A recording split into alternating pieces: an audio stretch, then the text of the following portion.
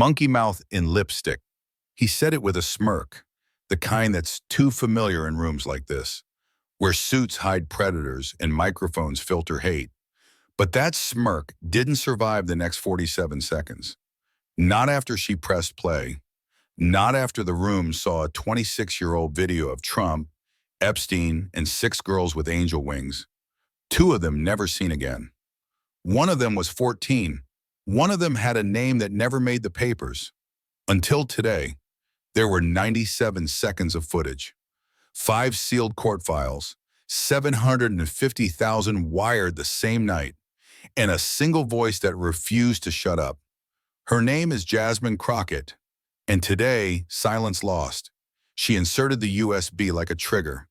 No dramatics, no pause. Just a deliberate click that echoed louder than any gavel had ever dared.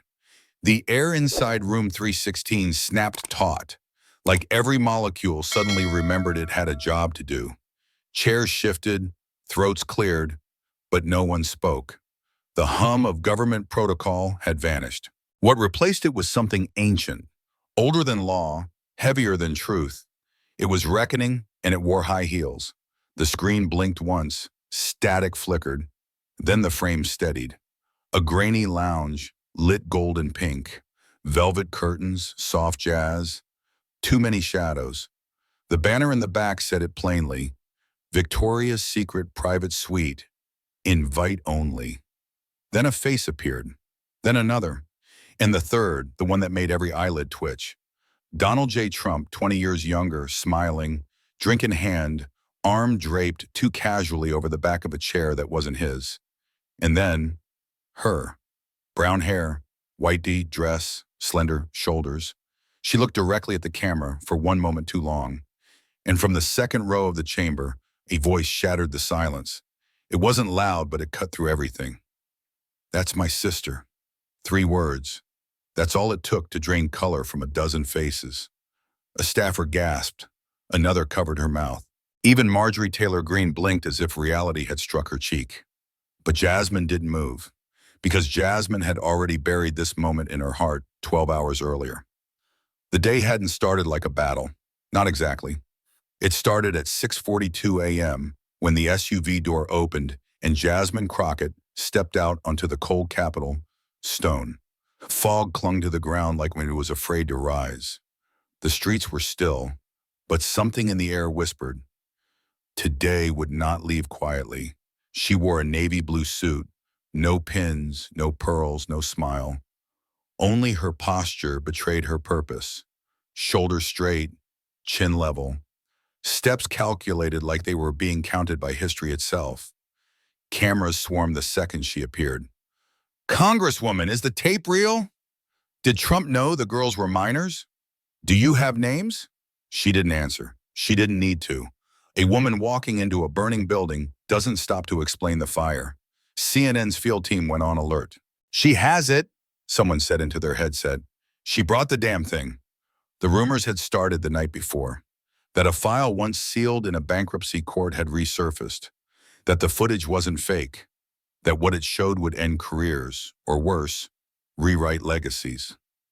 Jasmine had watched it in a silent hotel room at 2:17 a.m., surrounded by aides too stunned to speak. 97 seconds of uncut footage.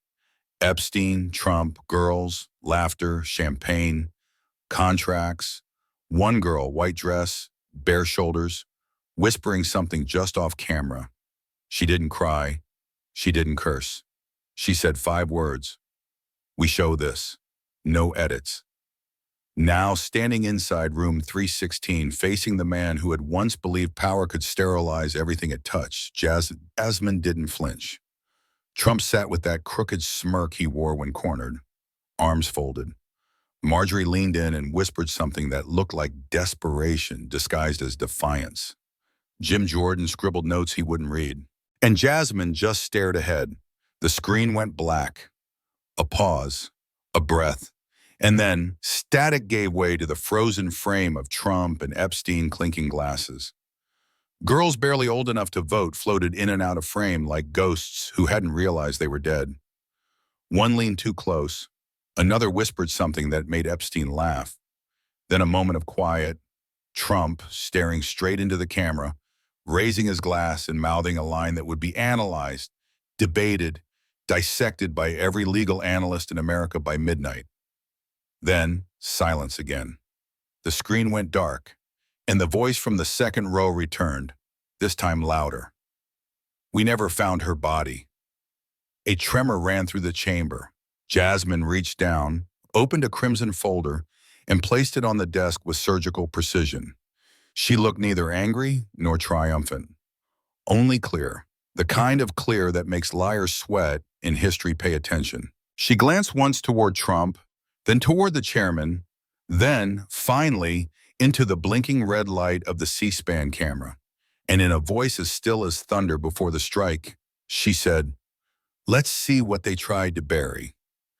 Because some people spend their lives trying to forget. But Jasmine Crockett didn't come to forget.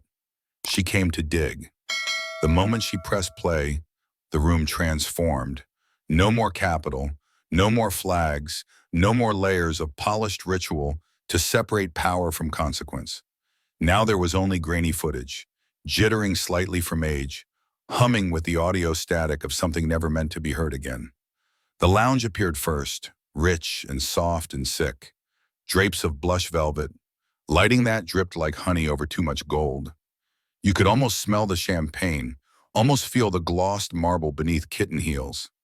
Jazz music coiled in the background, like it was trying to pretend none of it was real. Then he entered. Jeffrey Epstein, smiling with a grin that was far too proud to belong to someone human. He was wearing a cream blazer, loose over a tight black turtleneck, glass already in hand. He moved like he owned the air.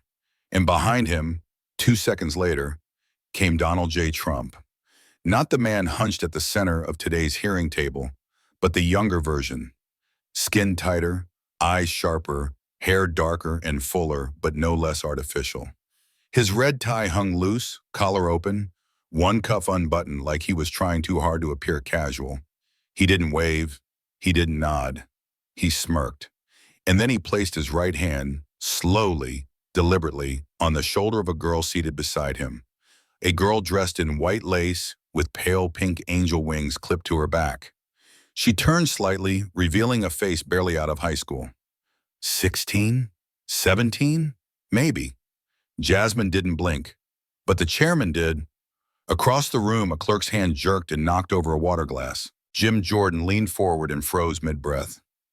Marjorie Taylor Greene, moments ago smug and snickering, now stared dead at the screen with the expression of someone seeing her reflection in a crime scene. The girl took a sip from a glass of something clear. She smiled up at Trump. It wasn't the smile of joy. It was practiced. The kind girls wear when they have been told to be polite to powerful men. Then Trump leaned in, whispered something in her ear. She laughed, briefly, uncomfortably. And in that moment, something cracked in the room. Not the screen, not the decorum, but the illusion. The illusion that this man could still be just divisive, that this was still politics. The audio buzzed again, cutting in and out. Trump sat beside Epstein now. They clinked glasses, like kings overlooking a domain. Then Trump turned slightly to the camera, raised his drink, and said, audibly without hesitation, "They're younger this time." Epstein laughed, much younger. The silence that followed wasn't stunned. It was sick. One congresswoman whispered, "Oh my God." Another stood halfway out of her chair as if she couldn't decide whether to scream or run. Someone in the press pool dropped their recorder, and still the tape played. One of the girls, blonde, maybe 15, danced behind the velvet couch. Another knelt to adjust her heel while a man's hand, out of frame, grazed the top of her back. Laughter again. But it was hollow now, echoed. Jasmine never turned away. She had seen this before. In the hotel, in her nightmares, in every courthouse where she tried to convince a judge that a girl without bruises could still be broken.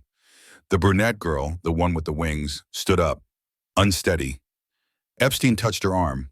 Trump gestured. She nodded, wobbled slightly, and walked out of frame. Right before she disappeared, she looked over her shoulder, right into the camera. And in the gallery, a woman cried out, not loud, not theatrical, just shattered. That's her. That's Adrian. No one dared to speak after that. Even the breathing changed. The tape glitched for a split second, then resumed. Two more girls entered from stage left. One carried a tray. The other wore a black choker that said Angel Number 9. Trump chuckled, pointed, muttered something. Then the screen froze. Trump and Epstein mid-laugh. Three girls blurred in the background. And that's where it ended. No fade, no credits, just silence. Real guttural silence. The kind that drips. Jasmine reached out and paused the screen manually. She let the still image linger. Trump's smile frozen, Epstein mid-drink. Across from her, Trump stared back at his own younger face. But his present face, the one now, was drained. The red was gone. The swagger collapsed inward. His fingers twitched. He looked like a man who had finally remembered something he had worked hard to forget.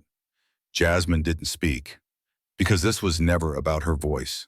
This was about theirs, the missing, the silenced, the ones dressed like angels and forgotten like sinners. Some footage isn't shocking because it's grotesque. Some footage is shocking because it confirms what we've always feared, that behind every sealed file, every erased name, every "they're just models," there was a girl and someone who knew, and someone who let it happen. And tonight America saw it not as rumor, not as clickbait, but as truth. Unedited, undeniable, unburied. The silence didn't last. Trump slammed his palm on the desk, hard, the kind of thud that demanded attention in rooms where ego is louder than facts. He stood so fast the chair behind him shrieked across the floor. Wood scraping marble like bone on bone. "That's not me," he barked, finger stabbing toward the screen. "That's a fake. It's CGI. It's deep fake garbage. This whole thing is rigged." His voice cracked mid-sentence, a sharp tremor ripping through the performance. It wasn't anger. It was panic, disguised poorly, uncoated by confidence. His hand, the one still pointing, began to tremble. Not wildly, just enough to betray what his words couldn't hide. He wasn't denying because he believed it. He was denying because he'd been cornered.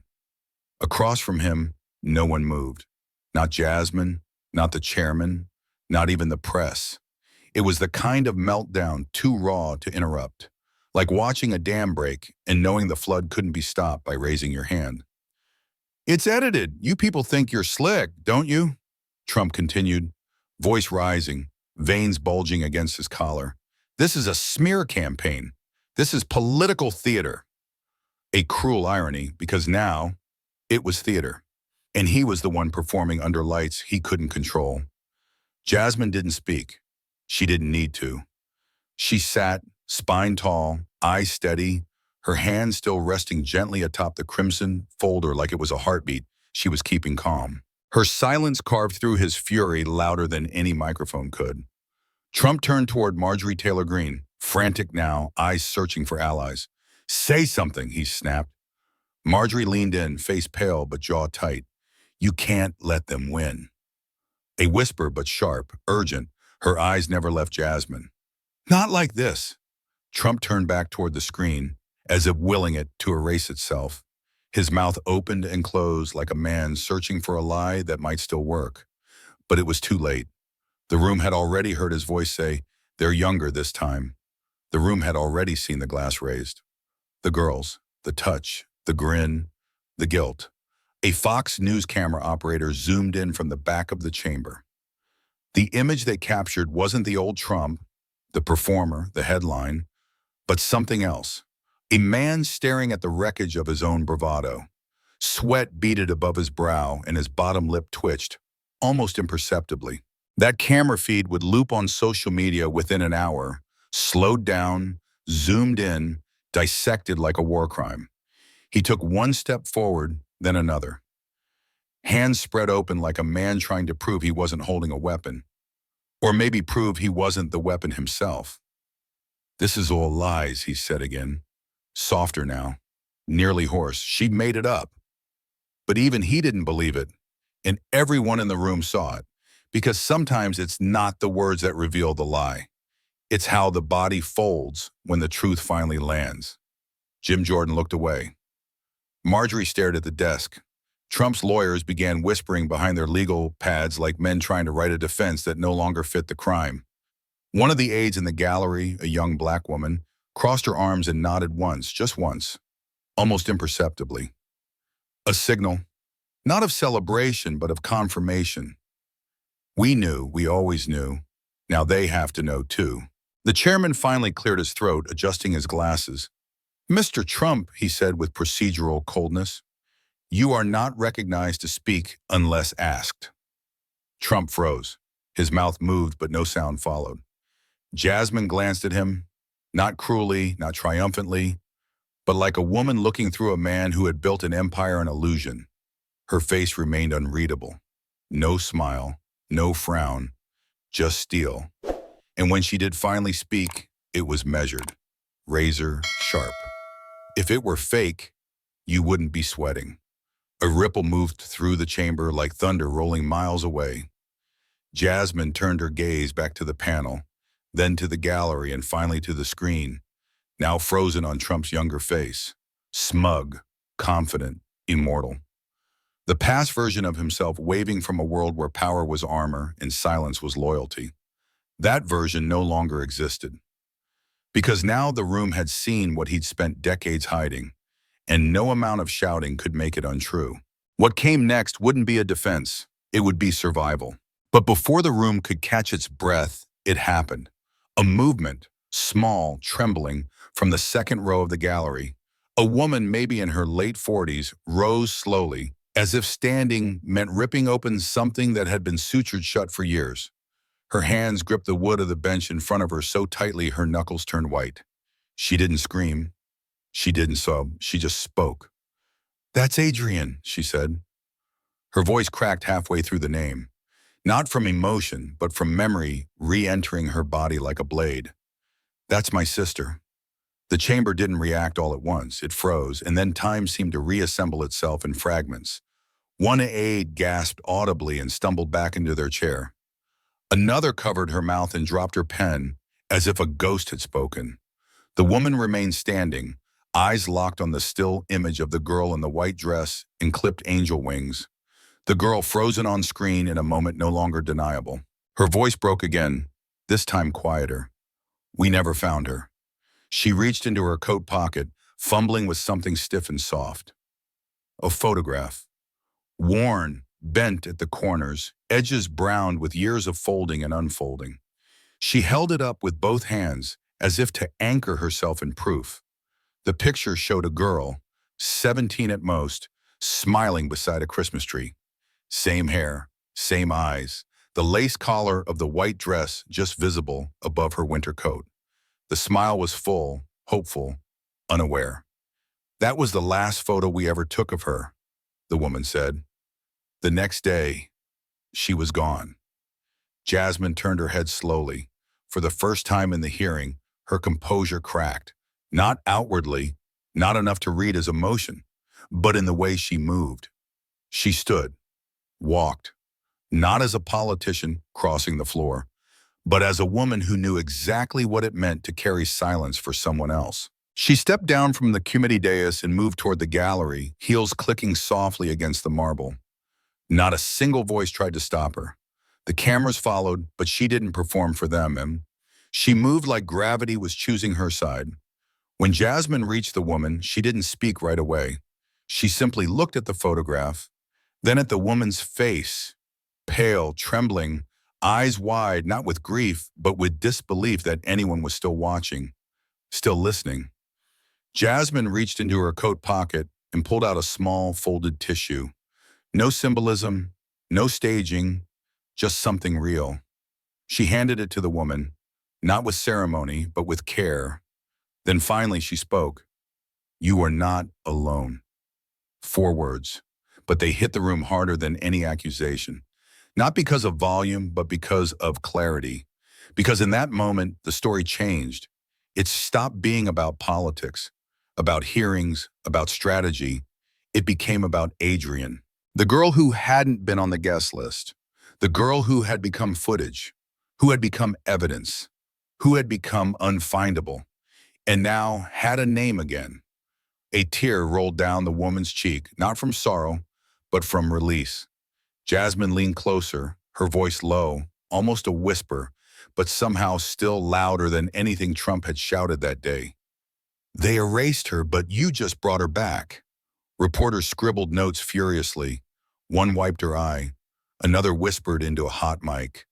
A witness just identified her missing sister from the footage. This hearing has officially changed. And it had.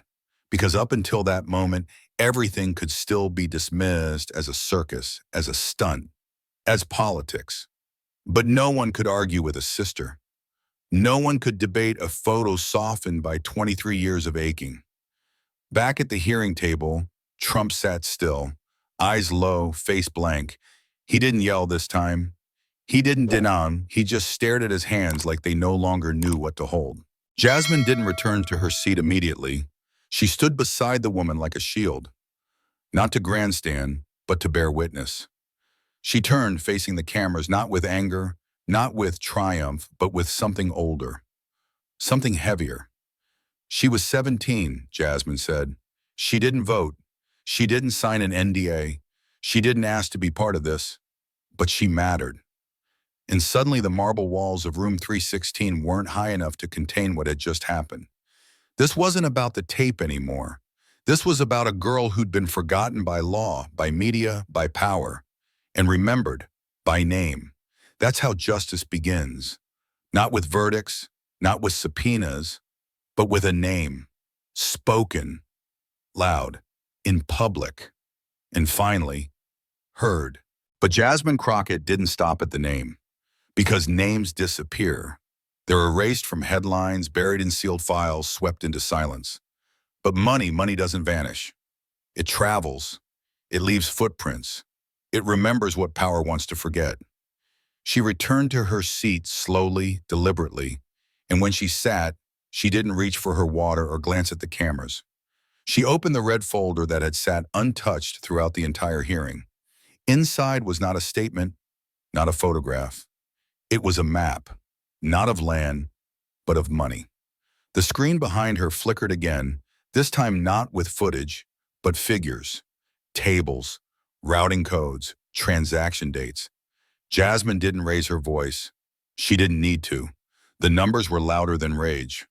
On July 12th, Wishwanma, she began, a wire transfer in the amount of $750,000 was sent from a political action committee based in New York to a private LLC registered in Delaware. That LLC, Freedom West Holdings, transferred that exact amount within 90 minutes to an offshore account tied to Epstein's legal defense trust. The room held still. Marjorie Taylor Greene scribbled something on her notepad, though no one could read what. Jim Jordan glanced at Trump, whose lips had parted slightly, almost reflexively, as if he were about to deny something before realizing the numbers didn't care. The PAC in question, Jasmine continued, was funded largely through real estate holdings and hospitality donations, including substantial contributions from companies owned by the Trump Organization. The screen shifted again, this time an email, redacted subject line, but one line near the bottom had been highlighted. Ensure the transfer is untraceable. Use Freedom West, they know what to do. Jasmine looked up, not at Trump, but directly at the chairman. This email was obtained through subpoena in an unrelated financial investigation 5 years ago. Until 2 weeks ago, it had no name attached. The account tied to "They Know What to Do" has since been matched to the same legal trust that paid off Epstein's NDA settlements with several underage victims. Trump's attorney leaned forward, whispering furiously, but Jasmine kept going. She clicked her pen once, a sound that felt like a trigger. We talk a lot about evidence, about memory, about consent, but there's something most people forget when they try to bury the truth. She stood slowly, walking to the center of the room. Money doesn't lie. Money doesn't forget. Money doesn't delete itself. Then she turned to the screen where a simple visual appeared, a flowchart of names, accounts, and dates. lines connecting red dots like arteries across continents. This money moved on the same day Adrian disappeared, she said softly. It left New York at 11:02 a.m. It landed in the Virgin Islands by 1:16 p.m. And from there, it disappeared into a holding trust used to shield Epstein's liabilities. She let that hang. One beat, two, long enough for every heartbeat in the room to notice its own rhythm. Adrian didn't just vanish. She was paid to vanish. Trump finally spoke, his voice low, guttural. You don't know that. Jasmine turned, eyes sharp but steady. I don't have to. The ledger knows. Then came the line. Quiet, deadly, unforgettable. Money leaves footprints even when people disappear. The chamber exhaled like it had been punched in the chest. Reporters started typing without looking up. One aide whispered into her headset, "We're going to need more time." Another simply said, "Oh my God," under her breath. Because this wasn't just about a scandal anymore. This was about infrastructure, about a machine of power that used influence to erase the inconvenient and papered over the missing with legal ink and offshore shadows. Freedom West Holdings was dissolved in 2004, Jasmine said, returning to her seat. But its legacy didn't dissolve. It routed over $4.3 million between 1999 and 2002 through accounts, foundations, and names we're just beginning to unearth. The screen dimmed, the red folder closed, and the room for once didn't feel like a courtroom or a hearing chamber. It felt like a crime scene because sometimes justice starts with a name. But if you want to make it stick, you follow the money. Jasmine Crockett leaned forward, elbows on the desk, fingertips pressed together, as if holding the weight of something fragile. Her voice, when it returned, was calm, but it held a different edge. No, not fury, not righteousness. Something colder, sharper, like a surgeon preparing for incision. Numbers don't lie, she said, her eyes scanning the rows of lawmakers before her. But sometimes they don't speak clearly. You have to decode them, especially when the names are gone. She reached for a thin white folder. Or, different from the crimson one before it,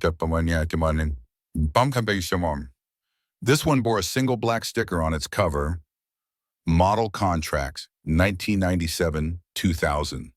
The screen behind her blinked on once more, but this time there were no faces, no video, just columns, black text, no headers, contract ID numbers, date ranges, compensation amounts, location codes. What you're looking at, Jasmine continued, is a collection of promotional modeling agreements filed under a shell corporation tied to Epstein's private holdings. These contracts were recovered from sealed bankruptcy records, misfiled under fashion promotions inside a court archive in Westchester County. She clicked to the next slide. A closer view. Highlighted. Contract ref.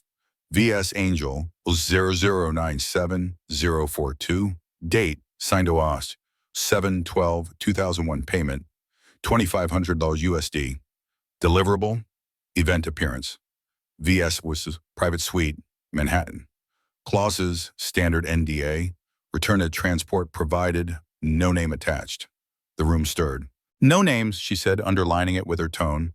Just numbers, just assignments, just disappearances dressed up in paperwork. She let the silence return, but only for a beat. Then she drove forward. Now take a look at the location code and the date. July 12th, 2001, the exact night of the event you just watched on video. This contract refers to a girl who was transported to the Victoria's Secret private suite under agreement and compensated through an account linked to the Freedom West Trust. One slide forward, a blurred document, a payment receipt, then a footnote with 3 initials. AMS, the initials, Jasmine said, were the only identifying marker on the payment log, but they matched the initials of a 17-year-old girl who was reported missing in Queens the next morning. She turned toward the woman still seated in the gallery, hands now gripping her purse, the folded photograph of Adrian clenched between her fingers like a sacred relic. Adrian Marie Santos, Jasmine said, her voice barely more than a breath. That's the full name listed in the original missing persons report. Never followed up. never reopened. Trump shifted in his chair, not violently, but enough for the movement to register across the room, like a predator realizing the trap was closing before the teeth had even clamped. Jasmine stood now. No notes, no monitor, just a contract in her hand and a stare that didn't need elevation. We've been told these girls were attendees, that they were party guests, that they came willingly, but contracts like these tell a different story. She held up the folder. She wasn't invited. She was contracted. The phrase hit the chamber like a siren that no one wanted to hear. A woman in the media pit gasped. A man from the oversight subcommittee dropped his stylus and didn't bother picking it up. Jim Jordan began flipping pages in a binder, desperate for distraction. Even Marjorie Taylor Greene, whose arms had been crossed defiantly since the first minute, now slowly uncrossed them like someone surrendering without realizing it. And she wasn't alone, Jasmine added. There are 17 contracts in this archive, all dated within a 3-year span, all tied to events labeled as private suite appearances. None with real names, just ID codes, dates, and exit points. She clicked to the last slide, a spreadsheet with 17 entries. At the bottom, total paid, 78,000 total amount recovered, 0. Not one of these girls ever received medical clearance documentation, Jasmine said, her voice flattening like steel on stone. Not one has been confirmed as returning home. She let that settle, not to manipulate, but to allow the room to do what it had long refused to do, grieve. Because what Jasmine had just revealed wasn't simply corruption. It wasn't another scandal. It wasn't another footnote in the long record of powerful men doing terrible things. It was a system, a machinery of acquisition, of disappearance, of deliberate, documented, contractual erasure. You don't need to bury a body, Jasmine said, if the paperwork never gave her a name to begin with. She paused, then added, quieter but firmer than ever before. This wasn't mismanagement. It was design. The screen went black again. The folder lowered, and the room, once echoing with politics, felt something new, something heavier, not outrage, but mourning. Because anonymity isn't always accidental. Sometimes it's the product, and sometimes it's the price. Trump sat still, too still. The cameras stayed on him, but he didn't acknowledge them. His jaw clenched, not in defiance, but in collapse. The lines around his eyes didn't hold charisma anymore. They held weight, years of it. Deals made in the dark, names forgotten by design. And now, exposed under lights that refused to blink. He didn't speak, he just stood, slowly, like someone waking from a dream into a nightmare that had no exit. His hands flattened on the table, and for a second it looked like he might say something. But he didn't. He turned, one stiff step, then another, and began walking away from the hearing table. No warning, no announcement. Just motion, sudden, irreversible motion. Gasps rippled across the room. He leaving? One voice whispered. We're still in session. He can't just... He could, and he did.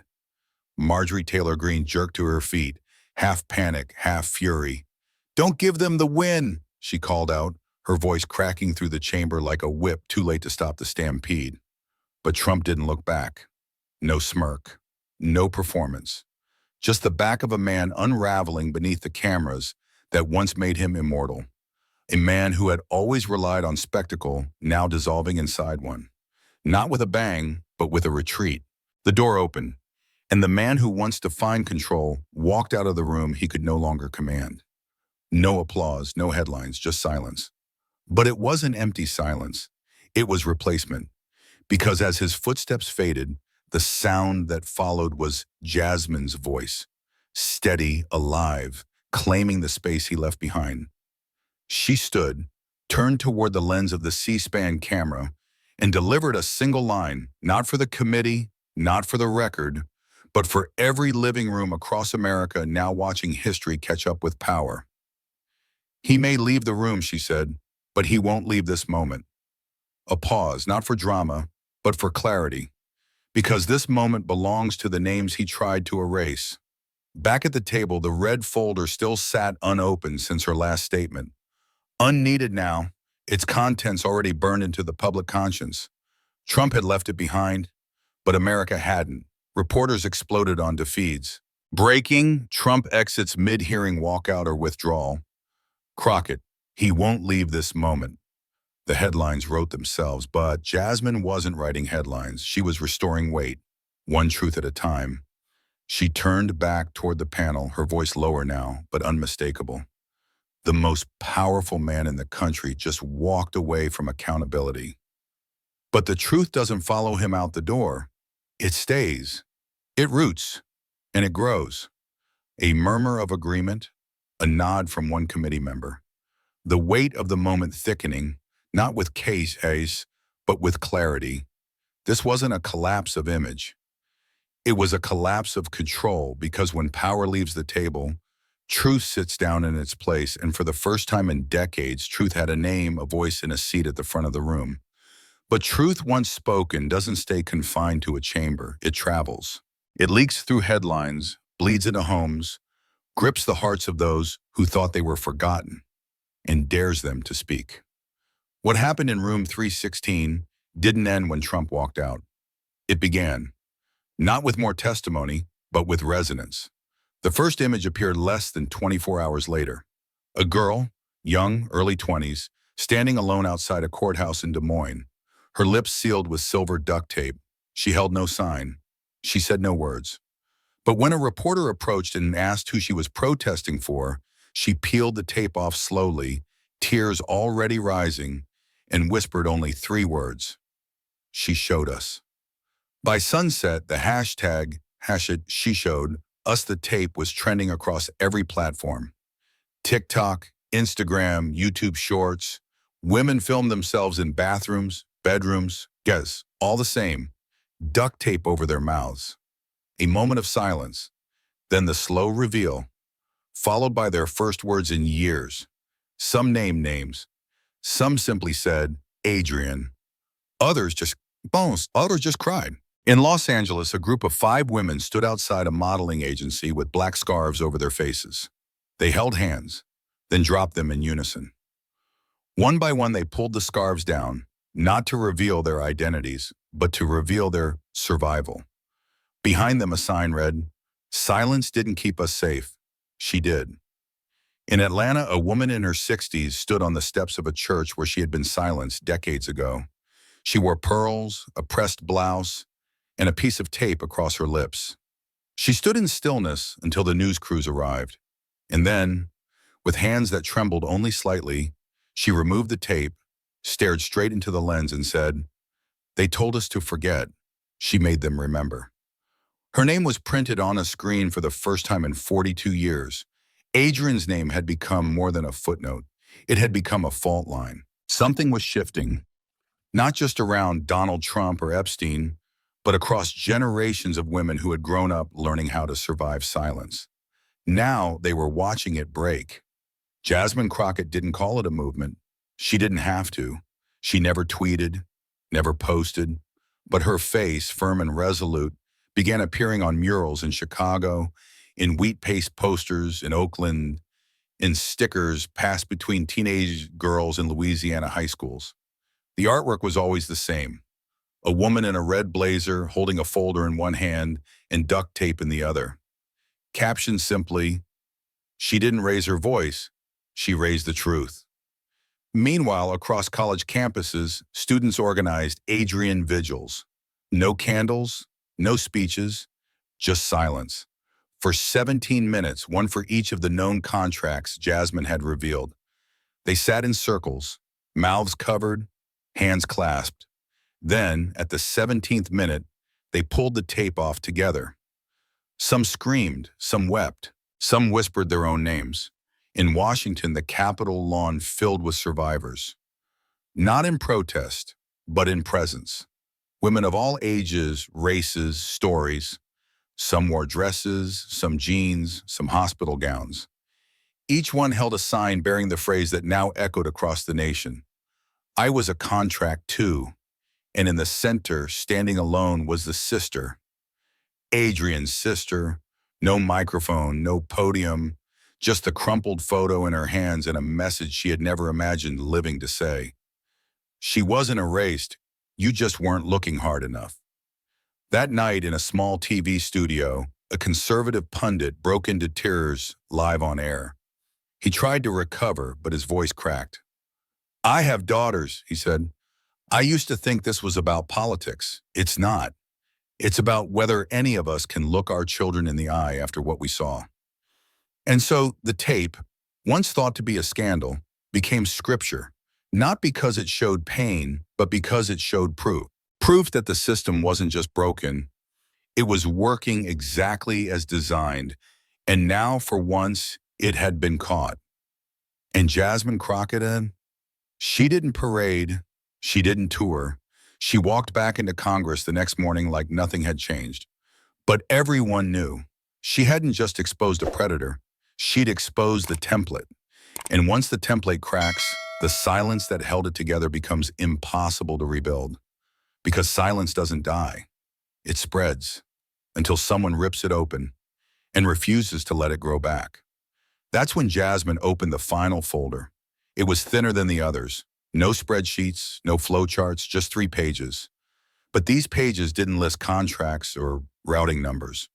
They carried something heavier: ink. She stood slowly, walking to the lectern again, not as accuser, not as prosecutor, but as witness to the last piece of a puzzle the world had pretended never existed. Behind her, the screen flickered on. A high-resolution scan filled the frame, yellowed paper, ornate lettering at the top.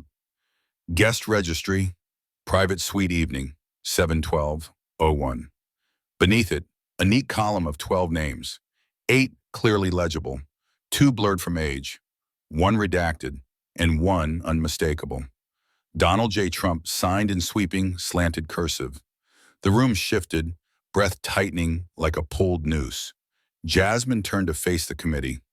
"This page," she said, "was recovered from a warehouse in Bayonne, New Jersey, part of an abandoned storage facility once leased by a defunct events staffing company." She held up the physical copy inside a clear evidence sleeve. "When the video surfaced, our team cross-referenced the date with every known event tied to Epstein's circle. This guest book was found last week, buried in a box marked Archives Vice West Suite." She tapped the glass with her nail once. "It's signed." Trump's face, displayed in a side panel on the live stream, twitched. He didn't speak, yet. But his jaw tensed like a fist trying not to break. The camera saw it. America saw it. But Jasmine gave him no pause. She continued, "We didn't rely on speculation. We didn't draw conclusions. We took the signature to the Federal Document Verification Division." Click. The screen split. On the right, the signature from the guest book. On the left, the same hand, different date, a presidential signing ceremony. Same slant, same curl on the J, same pressure on the final P. 9-point verification match, independent confirmation, verified under oath. That's when Trump snapped. "Could have been a proxy," he barked suddenly, his voice gravel-laced with desperation. "I had people sign things for me all the time. Secretaries, assistants, hell, I probably had 10 people authorized to use my name that year." His hands moved erratically as he spoke, gestures growing wider with each sentence. But his eyes didn't match his bravado. They darted side to side like a man measuring his exits. Jasmine nodded, as if she'd been waiting for that defense. "We accounted for that." She reached beneath the lectern and pulled out a second page. This one had annotations, red arrows pointing to pressure points, stroke angles, ink absorption patterns, science, truth, the kind no press conference could undo. We had the signature cross-examined by 3 experts, one from the FB, one from Johns Hopkins, one who spent 6 years authenticating presidential records at the Library of Congress. She let the silence hold that weight, then said it, calm, final. They all confirmed it, with 98.6% certainty. "You signed that page." Trump opened his mouth again. But no words came. The lie didn't leave him.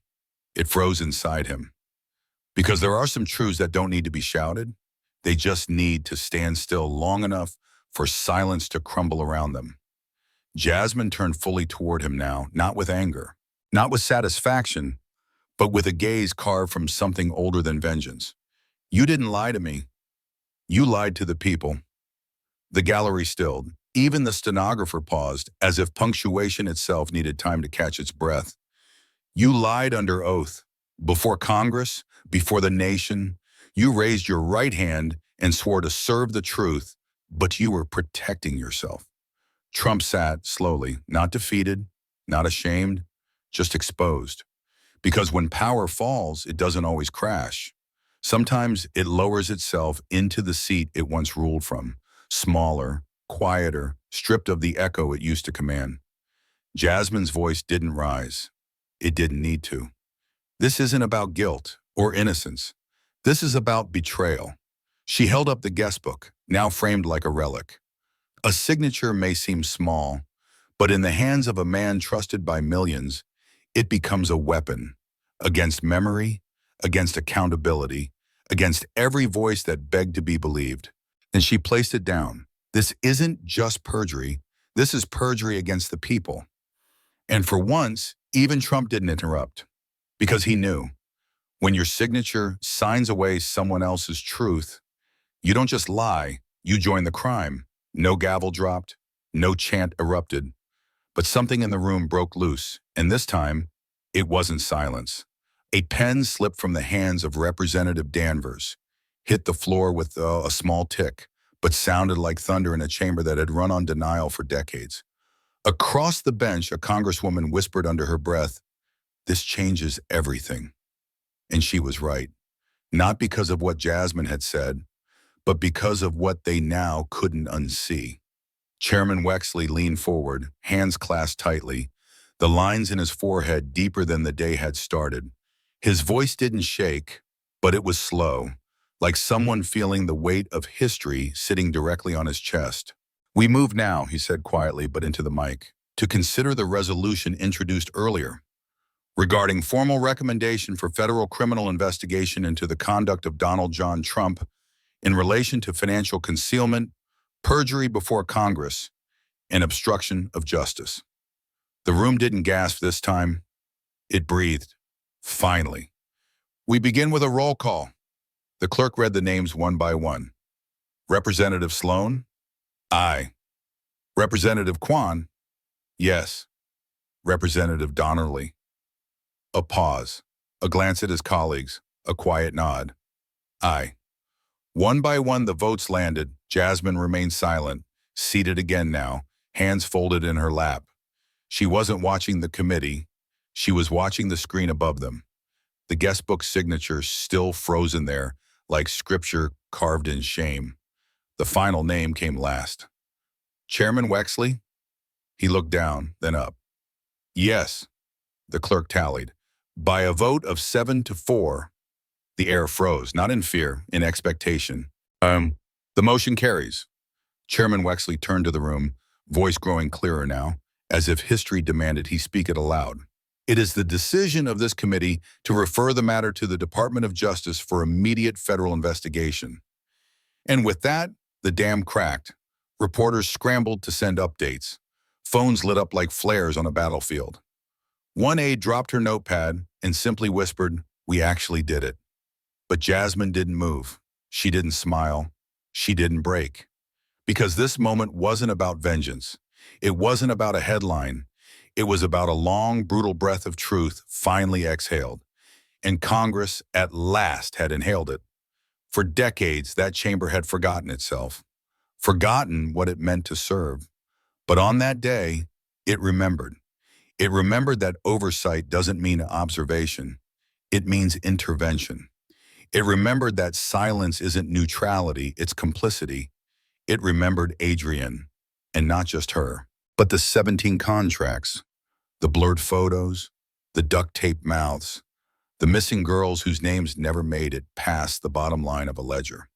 It remembered that justice doesn't need everyone. It just needs enough courage, enough clarity, enough conscience to push the first stone down the hill. And once it moves, the mountain never holds. As the committee adjourned, members stood, not in celebration, but in reckoning. Trump was already gone, long fled from the seat that once insulated him from consequence. But what he left behind was no longer a vacuum. It was a verdict, not from the courts, but from the people's chamber. And though the cameras shut down and the live stream ended, a single phrase was already echoing through the Capitol, passed between aides, whispered in offices, and etched onto every breaking news banner. The day Congress remembered. And outside on the Capitol steps, women gathered. No chance, just presence, just power. And in the center, taped to the marble pillar, fluttered a single sheet of paper, a photocopy of the guestbook page, with one signature circled in red. Underneath, someone had written 3 words, "We remember too." But memory isn't enough. Not when the system that forgets them is still intact. Not when signatures disappear into sealed vaults and funds slide through shell companies like ghosts never meant to be seen. And so 12 days after the hearing, in a small room 2 blocks from the Capitol, Jasmine Crockett stood beside a woman named Valerie Ortiz, the sister of a girl no one had spoken of since 1999, and signed the charter for a new organization. Martha's voice, named not after a celebrity, not a victim with headlines, but after Martha Daniels, a forgotten file in a New Mexico case labeled Runaway, later linked to the same shell account that funded the suite where Adrian disappeared. Martha never made the news. She never had a vigil. No hashtags, no reward posters, just a name. A name Jasmine had found buried inside a ledger marked losses. And this time, no one would lose her again. The mission of Martha's voice was simple, but seismic. Unseal all financial records tied to political PACs, nonprofits, and modeling agencies with public contracts or tax exemptions. No more shadows, no more anonymity by design. Within 72 hours, 3 sitting representatives co-sponsored the Crockett Bill, legislation mandating full transparency of public-private financial flows over $25,000 tied to donor-backed institutions. The resistance came fast, but the momentum was faster, because for every lobbyist who pushed back, 10 survivors stepped forward. Women from Nebraska, from Baltimore, from Mississippi towns no one had heard of. They didn't scream, they didn't storm, they assembled. In churches, in libraries, in old rec centers and town halls. Not just to mourn what they'd lost, but to say the names they hadn't dared speak in years. And when they said them, something changed. A woman in Oregon named Cheryl whispered Kathy for the first time since 1983. A group of sisters in Ohio stood in a circle, each holding a photograph, and said, "We told our parents she ran away. She didn't." In the first month alone, Martha's voice collected 1,462 unfiled witness reports. Not all could be proven, not all would make it to court. But that wasn't the point. The point was volume. The point was pattern. The point was no more silence. At the Crockett Bill's first official hearing, Jasmine stepped up to the podium. Not as a congresswoman now, but as a conduit. The chamber was quieter this time. No cameras, no outrage, just focus. In her hands, she held not evidence, but names, typed, scanned, spoken. She read some aloud, not for drama, for record. Martha Daniels, Kathy Nguyen, Inez Lopez, Adrian Santos, each name a chisel, each syllable a strike, each moment reclaiming the humanity that spreadsheets had tried to erase. Then she looked up. Her voice softened, but it sharpened at the same time. "This bill isn't about me," she said, "and it's not about what already happened. It's about who comes next. It's about the girls whose names don't exist yet in any system because the system is still built to forget them. And we're going to change the system." No applause, just breathing.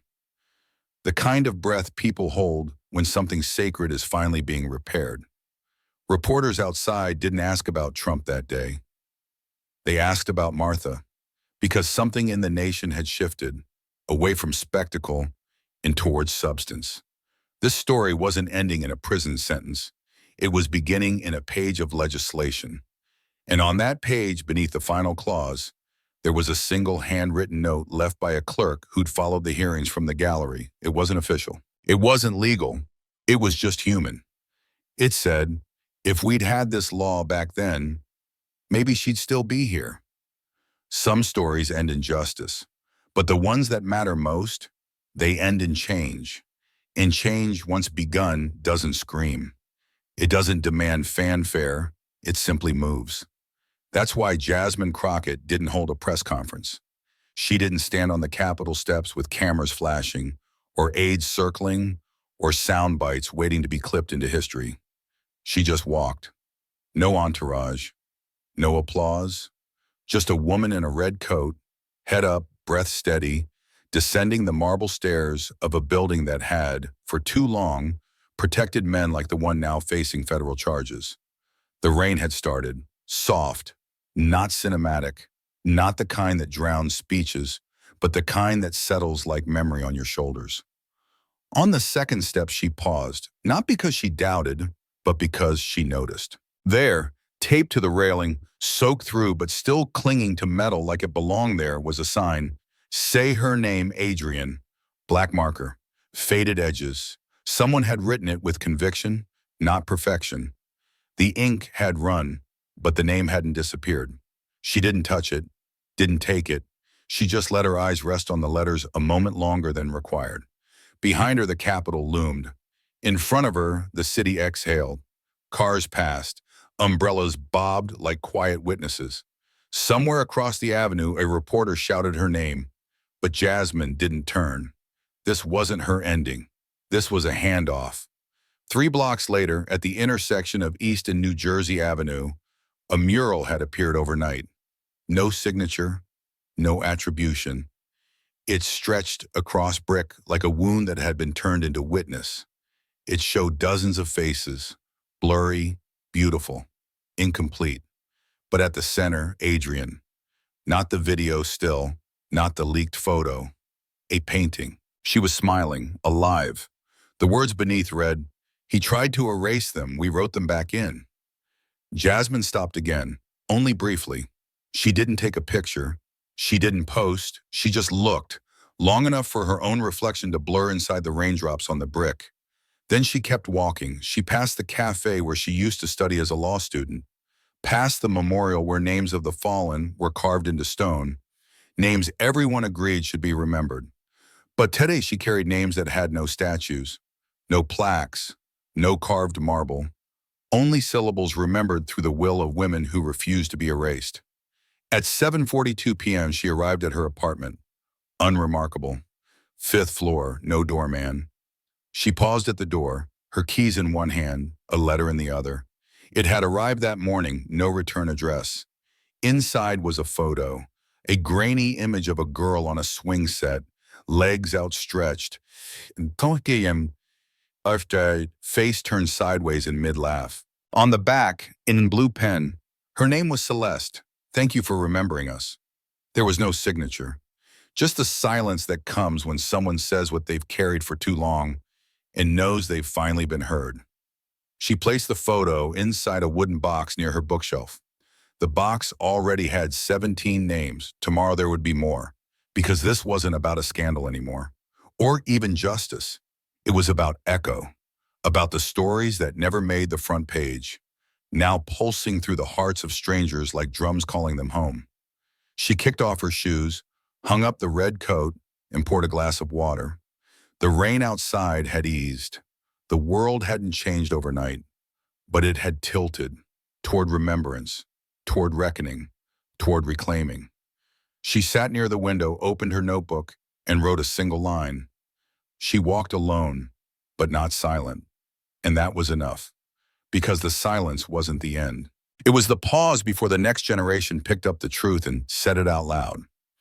In the end, this wasn't just a story about a courtroom or a crime. It was about what happens when one person refuses to let silence win. Justice isn't born in institutions. It's born in voices, in names remembered, in truths too sacred to stay buried. And when one woman dared to speak, She didn't just change the law. She reminded us all that the most powerful thing we can do is listen and then choose to remember out loud. If this story unsettled you, don't look away. Sit with it, feel it. Share it with someone who still believes forgotten names deserve to be spoken. Like, comment, and send it to someone who thinks silence is safety. Subscribe to Harrison Stories, where every buried truth gets unearthed. Hit the bell, because the next chapter digs deeper. And it may just change the way you see justice. This story is a fictional dramatization, inspired by real silences, real losses, and the courage to break them. Any resemblance to real people or events is coincidental or intentional for reflection and accountability. Thanks for watching. Justice doesn't whisper, it remembers. This is Harrison Stories.